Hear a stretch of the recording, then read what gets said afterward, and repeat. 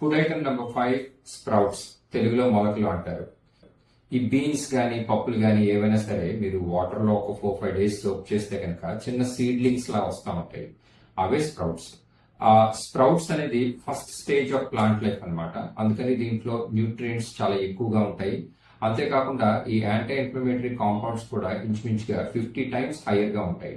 Especially సల్ఫోరఫెన్ అని ఒక anti inflammatory compound ఉంటుంది, అది చాలా బెనిఫిషియల్. ఏ స్ప్రౌట్స్ అయినా వాడచ్చు. ఇందాక అనుకున్నట్టుగా లెంటిల్స్, బీన్స్, రాడిష్ ఏదైనా వాడచ్చు. కానీ బెస్ట్ స్ప్రౌట్ అయితే కనుక బ్రాకలీ స్ప్రౌట్స్.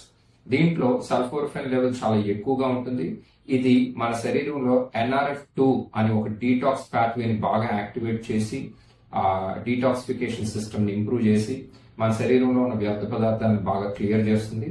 దానివల్ల దీనికి anti inflammatory as well as anti ageing benefits ఉంటాయి. ఈ స్ప్రౌట్స్ కనుక మీరు 10 వీక్స్ కన్సిస్టెంట్ గా వాడినట్టయితే ఇన్ఫ్లామేటరీ మార్కర్స్ అంటే CRP, ESR లాంటివి కూడా ఇంచుమించుగా 59 to 60% తక్కువగా ఉంటుంది. న్యాచురల్ రిడక్షన్ అనమాట.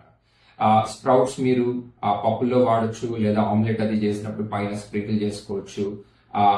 ఎస్పెషలీ ఆలివ్ ఆయిల్ తో కూడా కలిపి వాడినట్టయితే కనుక మీకు డబుల్ బెనిఫిట్ కూడా ఉంటుంది. అందుకని స్ప్రౌట్స్ ని ఇంక్లూడ్ చేయండి. Corner stone of healthy diet ఎప్పుడు కూడా స్ప్రౌట్స్ ఉండాలి. తప్పకుండా యూజ్ చేయండి. Thank you.